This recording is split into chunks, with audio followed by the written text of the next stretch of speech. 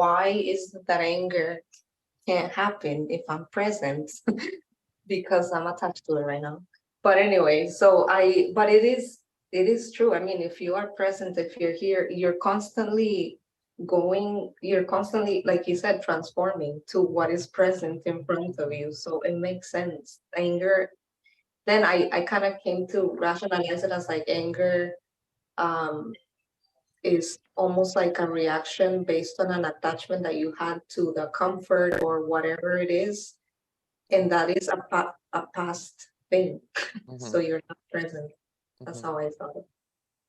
Yeah, for sure. I totally agree. I mean, anger, all of these actually emotions that we see as like bad, or like we call them bad, is like a part of like like an unconsciousness, you know? It's like we don't need to have those emotions if we actually are awake and present, you know?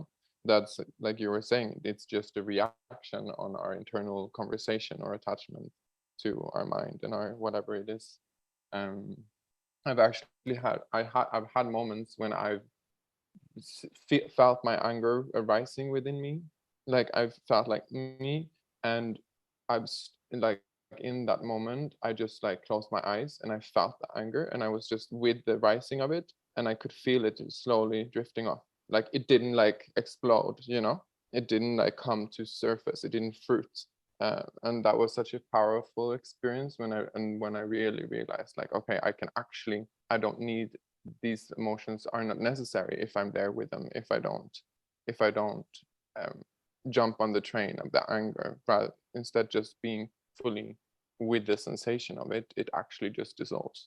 For me, this is just like, I think it's the coolest part of this book is the way he transmutes it, like the communication of it. Mm-hmm. Like I feel like it's so Mm-hmm. clear, and very like, I don't know, clear, Direct. Like direct, exactly. It's it's like, like in your how, face where you can like, yeah. yeah. Mm-hmm. But yeah. Um, I was thinking about, I don't know if you guys read the book Emotion Code, No. but it talks about emotions within our body. I stopped reading halfway through, but I want to get back to it. It talks about the emotions that we have in our body and where they build or manifest. And it has like visual scans to see where the emotion sits. And so I Mm-hmm. think about anger or any emotion in general when it comes to not being present, how it's like visually it causes the heat or friction within the part of our body, right? So for me, I actually don't have a relationship with anger, but I understand like your explanation of like when it comes up and then you notice Rising. it and then Mm-hmm. yeah. Mm-hmm. For me, I noticed that during being in the airport. Like I started to become anxious because I hadn't been in an environment for a while. So I felt it as I was waiting to check in. I felt it rising, and then instead of like allowing for it to continue to build up, I went right back to my breath and Mm-hmm. stayed in the present moment. Like, Mm-hmm. so all of these emotions are really the same thing. It's just how we label it and how it's felt in our body. It's friction rising from some part of our body, Mm-hmm. not being present because of what's going on in our mind, thinking about either the future or the past, or like the stories that we're creating that are not actually what's happening. Mm-hmm. So like reading this is just like, oh, why?